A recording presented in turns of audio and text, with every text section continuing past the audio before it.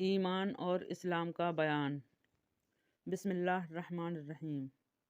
کیا تم لوگ اس بات کی گواہی نہیں دیتے کہ اللہ کے سوا کوئی معبود نہیں اور میں اللہ کا رسول ہوں؟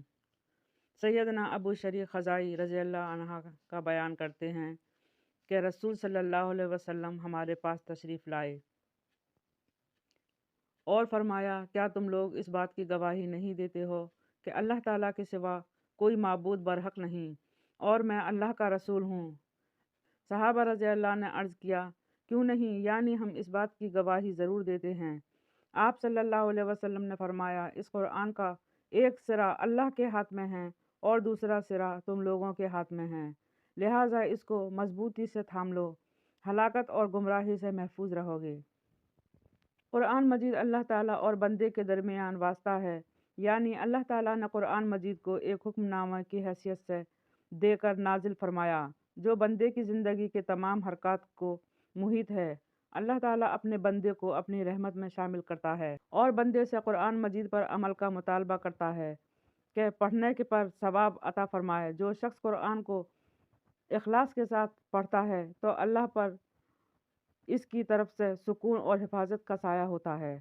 لہٰذا مسلمانوں پر قرآن مجید کے یہ معنی میں غور فکر کرنا اور اس کے احکام کو سمجھنا اور اس کے نور سے روشنی حاصل کرنا لازمی ہیں تاکہ ان سے ذلت اور رسوائی دور رہے۔ قرآن مجید میں حکمت اور صحیح رہنمائی ہے۔ قرآن مجید حق اور احمد اخلاق کی طرف سے دعوت دیتا ہے۔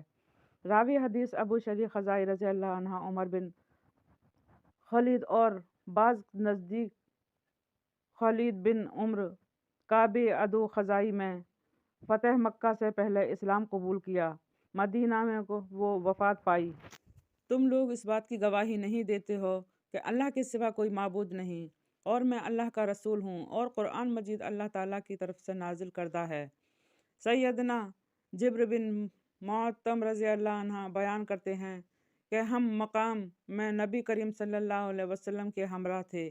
آپ نے دریافت فرمایا، تشہد ان لا الہ الا اللہ و انی رسول اللہ و ان القرآن جاء من عند اللہ۔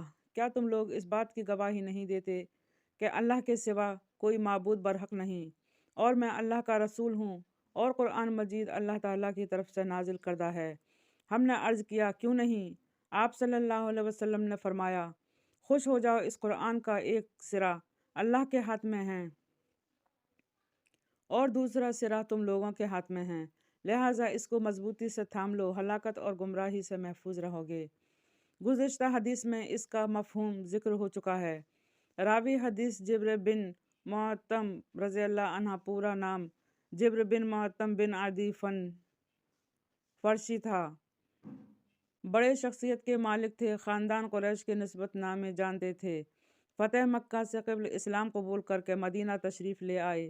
ان کی وفات میں اختلاف ہے، مدینہ منورہ میں وفات ہوئے